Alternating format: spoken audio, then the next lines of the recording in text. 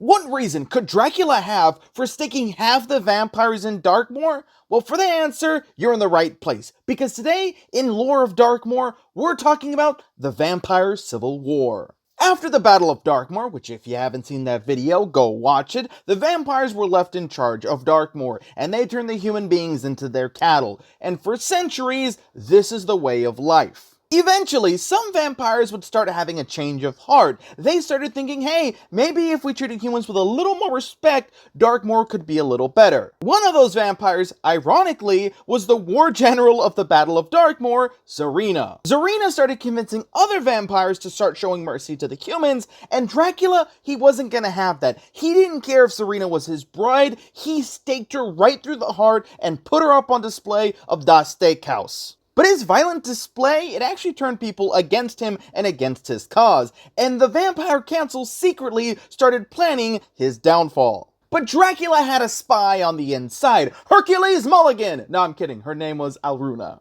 Despite the fact that she looks like a child, Alruna is actually the oldest vampire in Darkmoor, and she was the personal spy for Dracula. Now, we don't know the details of it, but Dracula was eventually betrayed and likely almost killed. And who was behind it? None other than his daughter figure, Alruna. Alruna was a double agent, because even though she viewed Dracula like her father, she knew in this instance he was wrong. Dracula, though, he wouldn't get got, and in fact, he would get his revenge in a most brutal and violent manner. If you want to find out what happens to Alruna, as well as Lord Ambrose and Lady Yvette and the rest of the Vampire Council, well, you're gonna have to tune in next time for the rise and fall of Dracula. And yes, in case you're wondering, this is where Victoria Frankenstein makes her appearance. If you want to know more about Darkmoor lore, you're in the right place. But if you want to get it firsthand, just make your way over to Epic Universe.